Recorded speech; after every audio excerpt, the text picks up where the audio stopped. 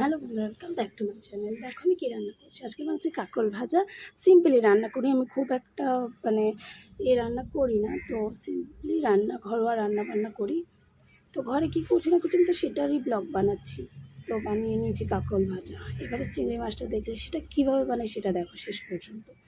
তো কড়াইতে তেল গরম করে দিয়ে দিচ্ছি পেঁয়াজ, লঙ্কা, তার মধ্যে দিচ্ছি হালকা নুনটা দিলাম জাস্ট গলে যাওয়ার জন্য। পেঁয়াজটা আর এটা টমেটোটা, তার মধ্যে দিচ্ছি কচু আলুটা ভালো করে নেড়েচেড়ে কষিয়ে নেবো, নাহলে কিন্তু কচু লাল লাল করে তরকারি কোনো টেস্ট হয় না, লাল লাল করে ভালো লাগে না। তো ভালো করে নেড়ে চেড়ে কষিয়ে নেবো। কষাতে কষাতে তোমরা পুরো ভিডিওটা দেখতে থাকো, কিন্তু স্কিপ করবে না।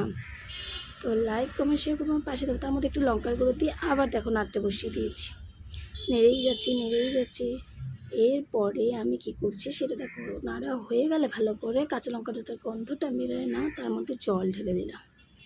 জল ঢেলে দিয়ে ফুটতে দেবো খানিকক্ষণ, কচুটা সেদ্ধ হতে দেবো। যেইভাবে রান্না করলে কি খেতে ভালো লাগে তোমাদের মনে হবেই সবারই, কিন্তু খেয়ে তো দেখতে হবে ভালো লাগে কি না লাগে। পুরো ভিডিওটা দেখলে তবেই তো বুঝতে পারবে খেতে ভালো। কড়ার মধ্যে তেল গরম করে দিয়ে দিলাম জিরে, তার মধ্যে দিয়ে দেবো জিরেটা ভালো করে একটু লাল লাল হয়ে গেলে তার মধ্যে দিয়ে দেবো চিংড়ি মাছ দিয়ে ভালো করে নেড়ে ভেজে নেবো। ভেজে নেওয়ার পরে ভালো করে ভাজতে দেখো ভাজাও হয়ে এসছে। তার মধ্যে দিয়ে দেবো কচু আলুর যে সেদ্ধ করে নাড়ু রেখেছি ওটাই তার মধ্যে দিয়ে দেবো। তরকারিটা কেমন হয় দেখতে থাকো।